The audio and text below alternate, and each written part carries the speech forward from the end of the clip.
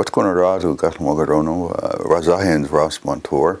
I'm here to talk a little bit about some of the things I've been involved with over the last few months. It's been a while since I've been here,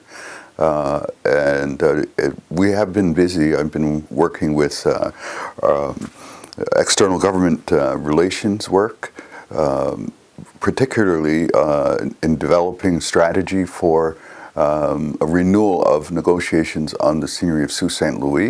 Along with the lead on the file, Mike DeLille Jr., and the team as a whole. And we have, since last year, when we met with Minister Mark Miller, one of the things that we said was the relationship isn't working right now. And so what we wanted to do is, so what we were expecting was we needed to have a special ministerial representative. So we afforded them with a list of people that we were open to having perform that function, which would be as a liaison between cabinet decision makers and an official negotiator for the file. So that person has been named. Her name is Deborah Korber. She has some experience dealing with Kahnawà in the past, and so we have been preparing for our first meeting with her upcoming in this short while, and then moving forward.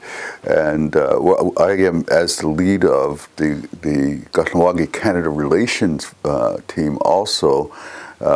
Which is somewhat connected. We have tried in the past insisted that they don't lump the seigneury negotiations together with KCR at a table, which would lead the government to think of it as some sort of comprehensive claim. They're separate matters.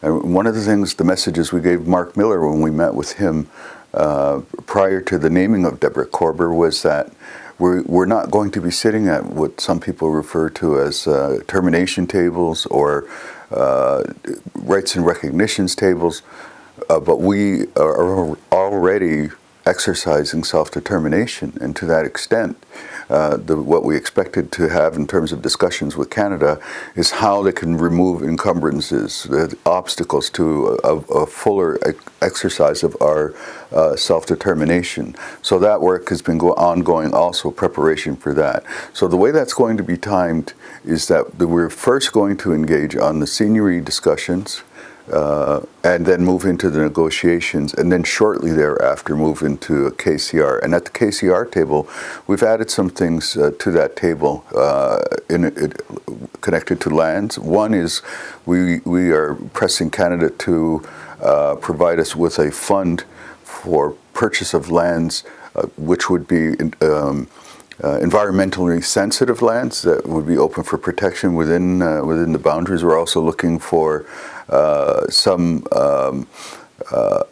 decision, some sort of cooperation on the Margaret de Youville lands, which are over on the other side of the bridge by Il Bernard, and as also because that fits within the seigneurial negotiation footprint. Okay, it's a strip, an historic strip of land which runs from the mouth of the river all the way down to where Highway 30 is right now. So any lands like that, which would be undeveloped, they're supposed to be open for return to Kahnawake. So those are some of the things we're doing there, but also we have some issues with them in terms of that are related to gaming, because that's another thing I've been heavily involved with is the gaming working group, and our struggle with both the federal government with the Minister of Justice in terms of having had no respect or interest in providing in the recent amendment to the criminal code allowing for single sports betting. For a carve-out for First Nations, and that's been consistently a problem. And so when the government talks about renewed relationship, reconciliation, all of that, they fail to recognize Indigenous nations as having jurisdiction, as being a legitimate jurisdiction. So when they did pass gaming over to the provinces in 1981. They didn't take Indigenous nations into account as jurisdictions.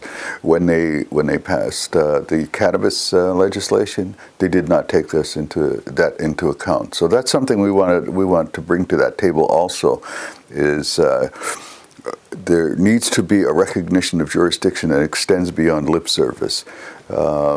So that's some of the other work we're working on. The other thing to close, I want to talk about a little bit is over the last number of months, I have been approached by people who have been experiencing difficulties going to work in the United States, say particularly New York or maybe Syracuse, and then being told that they have to have a green card in order to be able to work there.